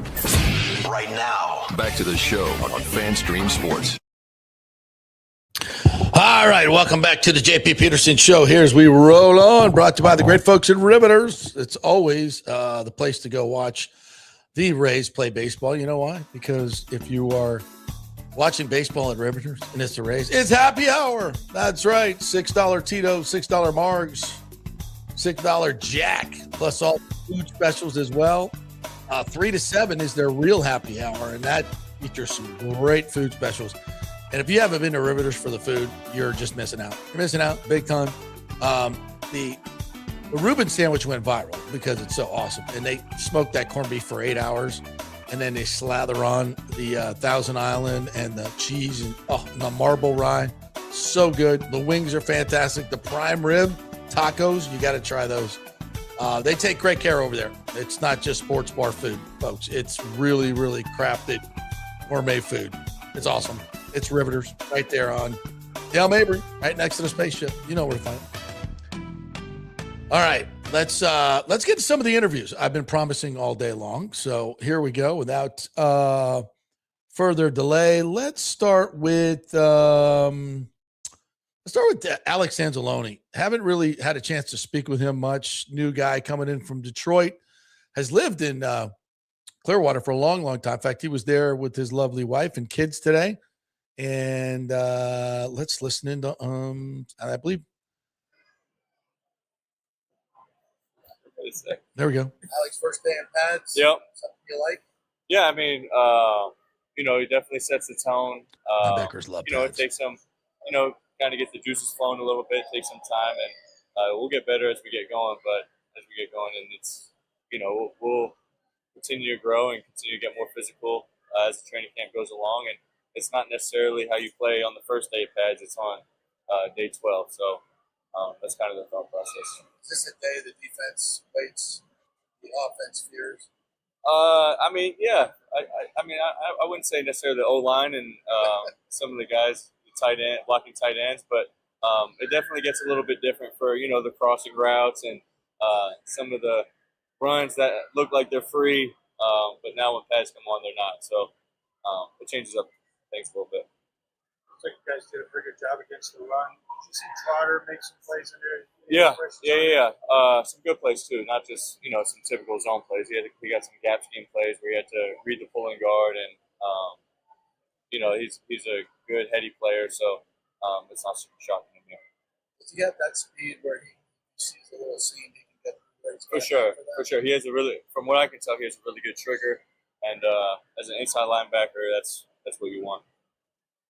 Alex, how quickly have you been able to pick up the playbook on Todd so far? I guess, I don't know. It's all relative, right? So, I just picked it up at my own pace and learned multiple spots and different coverages and different blitzes and things of that nature. And once you understand, the whole picture, it's easy to move around in the defense and play different spots. So that's really how I learned it from a conceptual standpoint. That was the first day of pads, but you guys feel like you're in a good spot right now as we get closer to preseason game? Yeah, I mean, it's a marathon, so we have a long way to go. So in my mind, there's really no light at the end of the tunnel yet. So, we're just taking it one day at a time, and you don't really look at the big picture when you go through training camp. You just take it a day at a time and focus on fixing the mistakes from the day before. Alex, you played against this offensive line when they're all together. Yeah. And they're back together. And you see this. How good are they? They're good. One, I'd say they're big, so they're no undersized guys. They're athletic. They got, obviously Tristan hasn't been practicing yet, but guys that can move and they're athletic, and guards that can climb to the second level. Graham's a really good center in the league, so I think that they have a lot of potential, and they just have to continue growing together. Be the best they can be. Alex, I know you're taking in a new defense. All right, that's Alex Anzalone, our first interview today. Wait, sorry guys, trying to find the right button there. There we go. So some interesting things there. I think I asked him about the offensive line, and you really see this group coming back together. We haven't seen Tristan Wirfs out there yet, but Chukwuma's working, and I think he's playing really well. That was a great find to find a undrafted free agent out of Georgia State, I believe it was the same place we got Ted Hurst. We only played 2 years of ball, but he is a great athlete and he's learning. So credit to offensive line coaches. He's already starting to left tackle with Wirfs down. So that's a hell of a find for Jason Light. He's pretty good at finding them offensive linemen. All right, let's check in with Ruben Bain here today with all of his family as well. I'll try to get you the questions as well. I know they're hard to hear. Waiting for the pads to come on. How did that feel? How do you think you did today? Felt good. Another day in the base, so I was happy just to be out here, getting out there with the guys, going against Luke, the whole line, honestly. Now I just feel like it's real football, because Denny Smith always say everything we do is football-like. Now we playing real football. Ruben, has there been anybody on the offensive line that kind of been here a little bit and Oh yeah, Luke, anybody man, on the offensive line that you fear a little bit? I feel like we Luke battle Gedeke. each and every day. He get the best of me, and I get the growth from that. I get to learn and experience from one of the best in the game right now, and I take that. I don't take that for granted at all. I'm coming in each and every day trying to get better every time I can, and asking for pointers, seeing what I'm giving away. Like today, as soon as I get off the field, I'm grabbing the iPad, I run over to him, see what he see, and go back over Yaya, talk it all up, and just try to grow from that every time. How nice is it to have your family here and all that support? It's amazing. That's man. about his family being there. Going to college, I feel like college is just continuing on from that step. I know that would be something that's happening as often as it can. I know they can't come to practice throughout the season like I could in college, but they support me as much as they can, as much as I possibly want them to. How many families and friends did you have this year? About 35 of them. They just came up and drove. I got some family that stay in Tampa, like I said before, that everybody else from Miami. So only about a 3-hour, 4-hour drive, and they make it work. Has Tampa Bay, have you trademarked that one yet? Because I think it's going to take off here. Not just Yeah, we in the works of that, trying to get that situated. But, all just about football right now, all that off the field stuff. Tampa Bay. You probably played a lot of football in the rain. That first half hour, first time at bats as a pro against these other guys, bring back memories, or what was that like? Oh, yeah. I feel like I'm on Little League Park again, just getting soaked out. My cleats still splishing out water right now, so it was a good glimpse. I feel like football the best when you play in the rain. You get to slip and slide a little bit. I like to have fun, so I feel like that gives you a real glimpse of what football can be. Plus, it's a little more nitty-gritty. You got to run the ball a little bit more and get real physical. Now that you guys have pads on, you feel like you guys are in a pretty good spot with preseason games coming up for you. So. Yeah, man, I feel like each and every day we're getting better. No matter what's going to be the next obstacle, whether that's a game, that's a bye week, no matter what's going on, we always getting better. It's because it's practice. We always going to come in each and every day and try to perfect our craft. When you're going for your first training camp. All right, that's Ruben Bain right there. He's kind of a soft-spoken guy, but you just feel his presence. You just, it's one of those guys you feel his presence. Really, I asked him, a question: how much the speed and the thump is it different than the NFL? And he's like, nah, not really. I think we have that here. Let me see if I can find one more. All right, here's Bain. Earning the trust of my teammates, my coaches, knowing that even though I'm a young guy, they can still put me out there and expect me to play like my peers, if not better, because I'm coming with that mindset to either elevate the defense or play it to the standard that's on the defense. When they say the speed in the NFL is a little bit quicker than college, what about the thump? How do you got that? Man, I'll say everything. Football is football, no matter where you go. You just put on the helmet and some cleats and you play. I feel like the speed is a bit faster, but people just more they move in unison, a little more perfect with their technique. But other than that, I feel like the speed is pretty similar. There's a lot of veterans that pretty similar. How much is that relationship? How's that growing? That's great. It's so funny because me and Yaya, man. Him and Yaya. We had relationships since I was in high school. And actually, fast forward here, and God put us in that position to actually play with one another. We got the chance to really form a brotherhood and that connection that we was talk about in high school. And fast forward to the day, he's the first guy I'm running to off the field, first guy I'm talking to when I get on the field. So we kind of build each and every day, day in, day out, and making sure like we could compete against one another, make sure we're making each other better, also helping each other out at the same time. We've got a defensive-minded team with the head coach like Todd Bowles. History with defense. What's it like playing for a guy that has such a pedigree on the defensive side of the ball? It's fun because I know I could get away with a little bit more stuff. And obviously, guys in practice, but other than that, it's what you want. Because for me, similar to college coach Chris Ball, he was a guy for the trenches. So coming up to the league now, I got a guy that's for the defense. I could play as hard as I want to, do as much as I want, and really connect with Coach Bowles on a different level. Because one, he was on the same side as me, so he got that point of view, that same experience as me. And two, he's just gonna let me play how I want to play. My teammates already talked about you as a leader on the defense. So I asked him about his leadership as a rookie. The teammates are already talking about him as a leader. How do you handle that? Anything, just coming out every day, trying to earn that trust. I feel like the first part of being a leader is showing up and just doing the work rather than talk about it. And that's what I try to do. Try to do the work, play my role, do what I have to do as a rookie, grab, shoulder pass, whatever I got to do. Then let my words do the action after I already have my action do the work.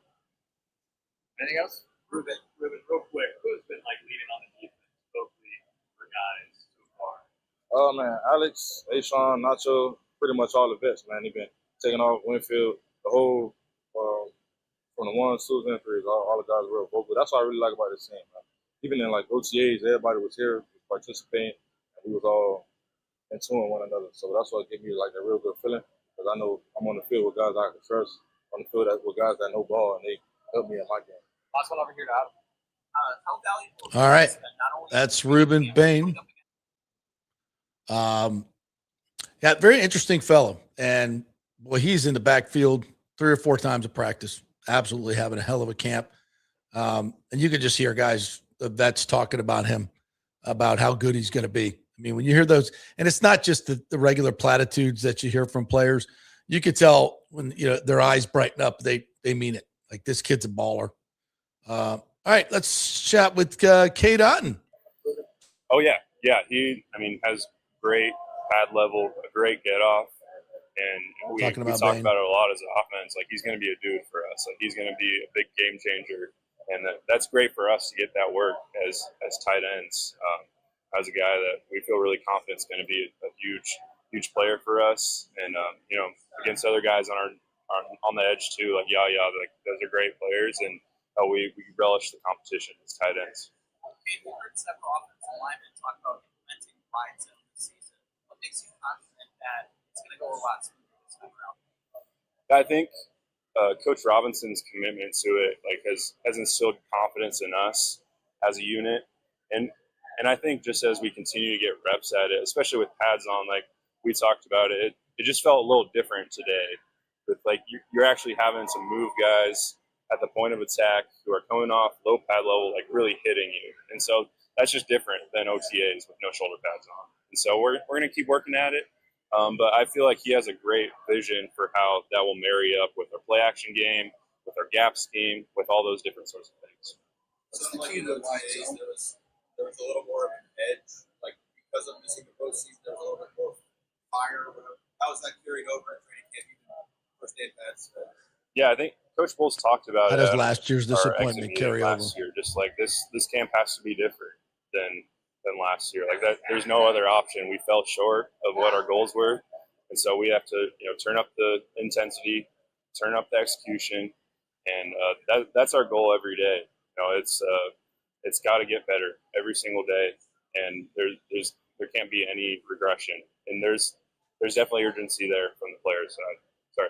Go ahead. From a technique standpoint, what's the key to blocking that wide zone? I asked him what the technique standpoint. How do you execute the wide zone? I think the first thing that coaches will say is run off the ball. Like, we have to get the defensive line moving. We cannot let them get vertical penetration. So, it's really hard. Like, it takes some time to, be able to run off the ball, but also like make solid contact with your defender and not let them get up the field. And I think that's the biggest thing we got to work on right now. Just that first like bit of confidence to run off the ball, to get those blocks, to get the defense moving sideways, and then everything else will come from that. For a long time, Mike Evans was not a safety blanket for the passing attack. Obviously, he's not here anymore. You guys feel a little bit more pressure to try to be an outlet for Baker, knowing that you don't have Mike. The question is, without Mike here, I think we look at it more as an opportunity for guys to step up. And I think we have so many guys who are capable of that in the receiver room, in the tight end room, and in the running back room. And I think Coach Robinson's doing a great job of just like giving guys the confidence to make that jump, to step up into that role in all three of those rooms. And so it's going to be really fun to see how that plays out. This is just the beginning. We'll have a few more days here and go to New York and continue to see who's going to be the people who step up. I love that. We're talking about the wide zone, and that's that kind of play where it's almost like the old student body right, where everybody gets running and they just kind of move the line of scrimmage to the right or to the left. And what Kate's talking about is you want to engage your defender and you're running off the ball. So you're anticipating that he's going to run with you. So you're running to a spot, and then you got to make solid contact without him getting inside of you or getting to the outside of you. So it's a very athletic play for the lineman. And it's key. And if you can engage, then you're running back. If you got guys like Gainwell and Bucky, and even Tucker who had a really nice long run today. He's got to be the best number 3 back in the game. They let him, just kind of move with you, and then they see a seam and they pop it. And that's what Bucky's so good at, and Gainwell too. Just stick your foot in the ground and pop through that seam. And if everybody's engaged with their guy, it's really tough for the defense to get on them. And the other part about that is how and he talked about this as well, is how it marries with the run game. And you get that wide zone going where the quarterback sticks the ball out there, puts it in the belly of the running back. The whole defense is flowing, and then you pull it. And you bootleg out the other way.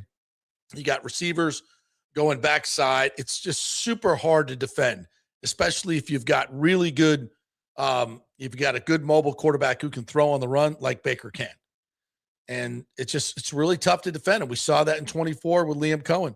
We're going to see a lot of it this year. I love it. Absolutely love it. All right, back to Anzalone. This is his little bit more from some multiple looks. They get those two backs in there. With talk about the Zach Johnson offense. They give different looks at the traditional training camp one-on-one pictures that I've seen for a long time, and it's going to be good. And the more they can do with the tools and resources they have on offense and the weapons, the more dangerous they can be. How hard is it to cover Gainwell and Bucky? Hard. I don't know. I mean, it just depends. I think that Gainwell has a really good feel on his option routes. Just being a former receiver, I think that playing against him in a game, he's one of the matchups that typically I would cover the tight end. They put me on Gainwell just because of that matchup. And playing against Bucky, I think that he's growing a lot in his route running, and they're asking him to do a little bit more, so which is good. Military day as well. I'm just talking about the opportunity to have all these extra. Yeah, that's cool. I mean, that was the first for me doing the national anthem before practice, and there's anytime you have a day of appreciation like this, it's a good reminder of the freedoms that we have here at home that we don't necessarily think stuff's going on abroad, and it could you never know now. But yeah, you never know. It's just a good reminder, really. That's all it is, and you just go up to someone that's been in the military and just say thank you. Anything else? Alex Anzalone right there. So I hope you guys like that interviews. Let me know if you want me to play more interviews, less interviews. I'm sure you just want me to read all your comments. But I do want your feedback on that if you like these interviews, because we go out there and put a lot of effort into getting them. So I think they're interesting. I think you guys want to know who these guys are, how they talk in front of a microphone, how they interact with the media. I think there's some good nuggets. I think we try to get some good stuff for you. A lot of it, some of it's cliche, but and when it is, I try not to play that stuff. But I think we had some good ones today. So let me know what you think. Douglas Batista says, I was at the Trop yesterday. Shit show from the first. Jax was good. Made one mistake on the home run, and they trot out Kimbrel. His fastball was 91 to 92. Then they DFA him. 3 runs in 3 games. Awful. Yeah, that's the bad news. We had a great crowd this weekend. Really alive. I'm watching the games on TV. I was not there. But it felt like a good atmosphere. And then you just, you don't score runs. It's boring. And when you drop some cash, you go out there. I think the fact that the Trop is alive and it's got some life to it, at least it's not the old mausoleum field, then you're like, why? I'm not coming back to this place. So, for the fans' sake, it is entertainment. Yeah, sure. I mean, I like winning games 1-0, but I don't really like winning games 1-0. Here we go. According to Animal 0631, of course, this means my dream of Hunter Goodman is no more. I want to know what they wanted. The Tampa Bay Rays are acquiring catcher Liam Hicks in a trade with the Miami Marlins. Sources tell ESPN. Hicks. Okay, this is breaking news. By the way, Alex Nunster, Mike Evans injured. That is from a fake account. Wait, this is Adam Schefter. Oh, the hamstring one was from a fake account. This one, though, may be real. But since then, Adam Schefter tweeted that Evans is out of practice with a quad strain. Oh, okay. Interesting. Yeah. Chris Cole says Peter Report has tweeted that the news about Evans came from a fake account and said that Evans is healthy, but now this may be changing. So it's just different. It's a different injury report. Bain acts like he doesn't want to do interviews. He's all about business. Yeah. He's not a spotlight guy. Love that. Ever since he walked, grabbed the hat at the draft and just kept on walking. I love that. That was the best. TJC talking about something we've kind of reported as well. Says they extended Bowles one additional year due to the fact that they could not land a whale and we're not going to settle on a guy. They privately tried to lure Marcus Freeman and Harbaugh. We heard some of that. Yeah, I think it's very similar to the FSU situation where, yeah, it was a big buyout for Mike Norvell, but had Alford been able to get Lane Kiffin, not only this time around, but he also had a great opportunity to get him when they re-signed Norvell, when Norvell was going to Alabama after the 23 season. Alford will tell you that they had Lane Kiffin there waiting in the wings if Norvell would have taken the Alabama job. And then also that they were talking to Lane about coming this year. Of course, he ends up going to LSU. That's a tough sell, versus LSU, FSU versus LSU right now. It's a really tough sell. But it was close. All right. I think that'll do it for us here today. Thank you guys very much for joining us. We will be back tomorrow at our regular time, by the way. We had a night practice tomorrow.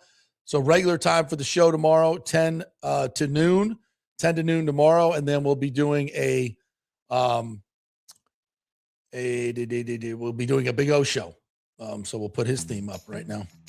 We'll be doing a Big O show 12:30 tomorrow. So back to regular time, 10 o'clock. And then Wednesday, we're back to noon to 2 o'clock. Just keep looking at if the Bucs have a morning practice, we are going to be on noon to 2 o'clock. If they have a night practice or don't practice, we'll be on our regular time, 10 to noon. Sorry about the switching around, folks, but I hope you enjoy the content, the fresh content, so we can talk about today's practice today, not have to wait for 24 hours. So that's an executive decision I made. Let me know if you want us to switch back.